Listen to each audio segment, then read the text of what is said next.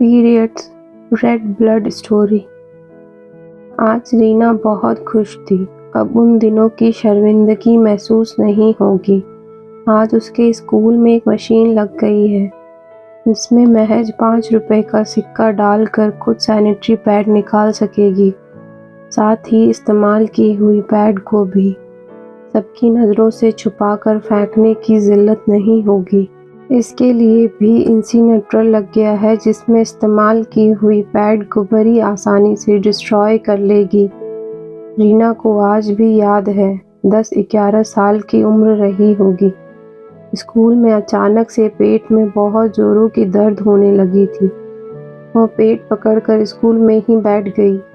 छुट्टी हुई तो बस्ता लेकर सभी सहेलियों के साथ क्लासरूम से निकल गई। उसके पीछे स्कूल के सीनियर लड़के और लड़कियां हंस रही थी। वह समझ भी नहीं पा रही थी कि आखिर माजरा क्या है, आखिर पीछे क्या लगा है जो लोग देखकर हंस रहे हैं। रीना ने पीछे मुड़कर देखने की कोशिश की तो एकदम से डर गई। अरे ये क्या हुआ?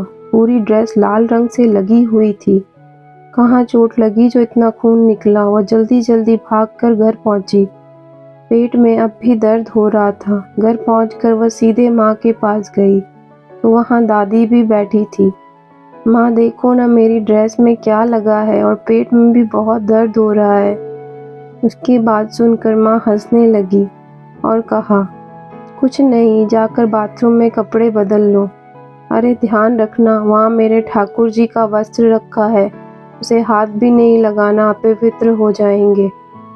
दादी ने बड़े रौब से फरमान झाड़ दिया। क्यों दादी? सुबह मैंने ही तो ठाकुर जी के वस्त्रों को धोया था, अब मेरे छूने से अपवित्र कैसे हो जाएंगे? रीना ने बड़ी मासूमियत से पूछा। तुम्हें जितना बोला है चुपचाप करो, बहुत जुबान लगाने लगी है। दादी ने आंखें तरेर कर कहा तो रीना रोती हुई बाथरूम की ओर भाग गई। बाथरूम में जब कपड़े बदले तो रीना के होश उड़ गए। पूरी स्कर्ट खून से रंगी थी लेकिन चोट का कहीं निशान नहीं था। आखिर उसे हुआ क्या है? बेटी ये लो कपड़ा। माँ ने पुराने कपड़ों की एक पट्टी हाथ में पकड़ा दी और कहा, इसे पहन लो। रीना बिल्कुल अवाक सी थी, उसे कुछ समझ में नहीं आ रहा था। माँ ने जैसा कहा चुपचाप कर लिया। और हाँ, अब 4-5 दिनों तक तुम स्कूल नहीं जाना। मंदिर और रसोई में भूल कर भी कदम नहीं रखना। चुपचाप अपने कमरे में रहना।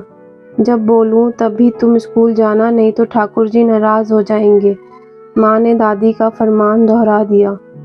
रीना को कुछ समझ नहीं आ रहा था कि आखिर उसके साथ हुआ क्या है। कोई कुछ बता नहीं रहा है और हर काम के लिए रोक दिया गया है। मैं चुपचाप अपने कमरे में जाकर लेट गई। पेट का दर्द अब तक ठीक नहीं हुआ था, बदन भी टूट रहा था। कब नींद आ गई पता ही नहीं चला। सुबह माँ ने जल्दी उठा दिया और कपड़ों को बाहर झाड़ी में फेंकने को कहा। फिर उसी तरह की कपड़े की एक और पट्टी पहना दी। माँ, ये खून कैसे निकल रहा है? पेट में घाव हुआ है क्या? रीना ने माँ से सवालों की बौछार कर दी। अरे कुछ नहीं, बाजार में कुछ उल्टा सीधा खाया होगा, इसीलिए पेट में जख्म हो गया है जो 2-3 दिन में ठीक हो जाएगा। माँ ने डांटते हुए कहा। सुबह सोनी स्कूल जाने के लिए बुलाने आई तो माँ ने उसे वापस भेज दिया, यह कहकर कि रीना बीमार है। ये सिलसिला 4 दिनों तक चलता रहा। अब दर्द कम हो गया था और खून भी आना बंद हो गया था। अगले दिन रीना पहले की तरह ही स्कूल गई तो सभी सहेलियों ने उसे घेर लिया। तुम स्कूल क्यों नहीं आ रही थी? बीमार थी क्या? हाँ कहकर रीना क्लासरूम में चली गई, लेकिन उसके अंदर अब भी प्रश्नों का सैलाब उमड़ रहा था। धीरे धीरे इस घटना को बिल्कुल भूल गई, लेकिन करीब 1 महीने के बाद फिर वही घटना घटी तो रीना डर गई। इस बार तो कुछ ऐसा वैसा खाया नहीं तो फिर पेट में दर्द और खून क्यों आ रहा है? रीना ने घर आकर सबसे पहले माँ से यही सवाल किया। अरे कुछ नहीं बेटी, ऐसा होता है, अब तुम बड़ी हो रही हो और महीने में कुछ दिन ऐसा ही होता है। जैसा पिछले महीने किया था ठीक वैसे ही करो। माँ ने इस बार बड़े प्यार से समझाया। अब रीना को भी समझ आ रहा था कि उसकी माँ भी तो महीने में 3-4 रोज बीमार ही रहती है, तब पूजा पाठ भी नहीं करती। उन दिनों दादी ही खाना बनाती है। स्कूल पास कर रीना पढ़ने के लिए शहर आ गई। आवासीय विद्यालय के हॉस्टल में रहने लगी। अब उसे उन दिनों की समस्या समझ में आ गई थी। हॉस्टल में फिर वही समस्या शुरू हो गई तो माँ के बताए अनुसार कपड़े की तय कर पहनने लगी। अरे रे, ये क्या कर रही हो स्टूपिड, तुम गांव की गंवार ही ठहरी। ये लो, इसे पहनो। शिल्पा ने अपने बैग से निकाल कर विस्पर का पैकेट पकड़ा दिया। ये क्या है? रीना पहली बार इस तरह के पैड को देख रही थी। वही है जो तुम कपड़ों का तय ले रही थी, शिल्पा ने शरारत भरी नजरों से कहा। लेकिन इसके लिए पैसा क्यों बर्बाद करना जब कपड़े से काम चल जाए, रीना ने मासूमियत से कहा। अरे यार, तुम भी ना, कपड़े से इन्फेक्शन हो सकता है और फिर सूखता भी नहीं। ले पहन इसे, ज़्यादा सवाल मत कर। शिल्पा ने जबरन पैकेट हाथों में थमा दिया। आज रीना को बहुत आराम लगा, कपड़े की असहजता नहीं थी। अच्छा शिल्पा, एक बात बता, इन दिनों लड़कियों को पूजा घर या रसोई में क्यों नहीं जाने दिया जाता है? और स्कूल भी जाने से माँ मना कर देती थी। क्या लड़कियाँ अपवित्र हो जाती हैं? रीना ने भोलेपन से पूछा तो शिल्पा ठठाकर हंस पड़ी। अरे यार, ये सब पुरानी बातें हैं। अरे ये तो शरीर की स्वाभाविक प्रक्रिया है। इसका होना उतना ही ज़रूरी है जितना कि सांस लेना। और यही तो एकमात्र चीज़ है जो हम लड़कियों को अलग बनाती है। हम संसार का सृजन कर सकते हैं, एक बच्चे को जन्म देते हैं। दरअसल मासिक धर्म के दिनों शरीर को बहुत आराम की ज़रूरत होती है। शायद यही वजह है कि लोगों ने इसे शुद्धता से जोड़ दिया, ताकि शरीर को अधिक से अधिक आराम मिल सके। आखिर ये होता क्यों है शिल्पा? रीना की जिज्ञासा बढ़ने लगी थी। ज़्यादातर महिलाएं माहवारी या पीरियड्स की समस्याओं से परेशान रहती है, लेकिन अज्ञानतावश या फिर शर्म या झिझक के कारण लगातार इन मुश्किलों से जूझती है। दरअसल 10 से 15 साल की लड़की का अंडाशय हर महीने एक परिपक्व अंडा या अंडाणु पैदा करने लगता है। वह अंडा डिम्बवाही थैली या फैलोपियन ट्यूब में सफ़र करता है। जब अंडा गर्भाशय में पहुंचता है तो रक्त और तरल पदार्थ से मिलकर उसका स्तर गाढ़ा होने लगता है। ये तभी होता है जबकि अंडा उपजाऊ हो। वो बढ़ता है और अस्तर के अंदर विकसित होकर बच्चा बन जाता है। गाढ़ा स्तर उतर जाता है और वह माहवारी का रुधिर स्राव बन जाता है, जो कि योनि द्वारा शरीर से बाहर निकल जाता है। जिस दौरान रुधिर स्राव होता रहता है उसे माहवारी अवधि या पीरियड्स कहते हैं। औरत के प्रजनन अंगों में होने वाले बदलावों के आवर्तन चक्र को माहवारी चक्र या मेंस्ट्रुअल साइकिल कहते हैं। यह हार्मोन तंत्र के नियंत्रण में रहता है एवं प्रजनन के लिए ज़रूरी है।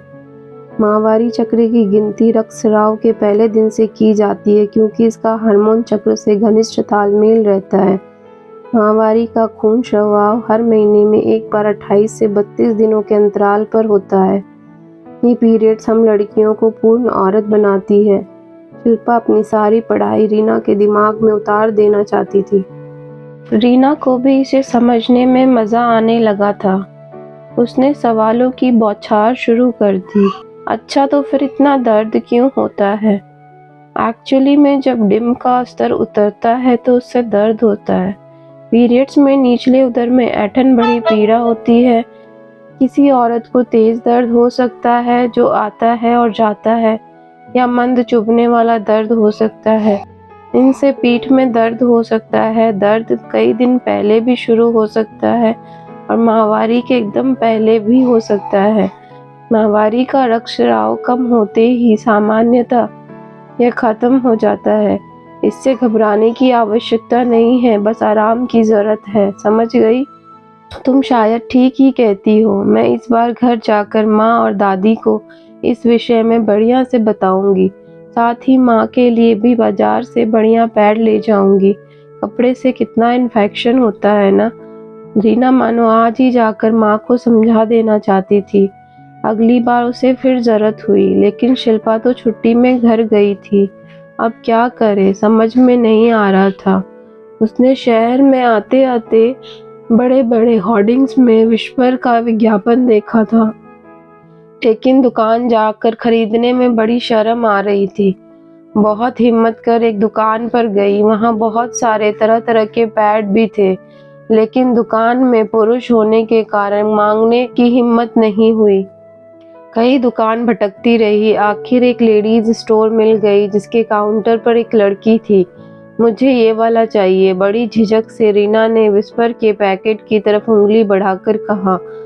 ओके कहकर महिला ने पैकेट को पहले अखबार में लपेटा, फिर काले रंग की पॉलिथीन में डालकर लगभग छुपाते हुए दिया। रीना को भी लगा कि जैसे चोरी का सामान खरीद रही है। चुपचाप पर्स में डालकर भागती हुई हॉस्टल पहुंची। उसकी सांसें फूल रही थी और दिल धड़कनी सी धड़क रहा था। उफ, कितनी प्रॉब्लम है ये हम लड़कियों के साथ। हर महीने इतनी दर्द और तकलीफ से गुजरना पड़ता है, और पैड भी आसानी से नहीं मिलता। लड़के तो ऐसे घूर कर देखते हैं जैसे ड्रग खरीद रही हो। रीना मन ही मन भुनभुना रही थी। अरे कहाँ खो गई? प्रिंसिपल मैडम की बात से रीना की तंद्रा भंग हुई। देखो तो, स्वच्छता विभाग के बड़े अफसर और बीडीओ साहब आए हैं हमारे स्कूल में ये मशीन लगवाने। अब तुम लोगों को कहीं बाहर जाने की जरूरत नहीं है। बस इसमें पैसे डालने हैं और सैनिटरी पैड तुम्हारे हाथों में, और इस्तेमाल के बाद इंसिनेटर में बस डाल देना। बाहर छुपकर फेंकने की समस्या खत्म। अब खुश हो ना तुम लोग? जी। रीना और उसके स्कूल की सभी लड़कियां खुशी के मारे उछल पड़ी। अब उन दिनों की सारी मुसीबत खत्म। कहानी अच्छी लगी तो शेयर ज़रूर करें। मिलते हैं नई कहानी के साथ नई वीडियो में। तब तक के लिए धन्यवाद। नए हैं तो चैनल को सब्सक्राइब कीजिए। Thanks for watching.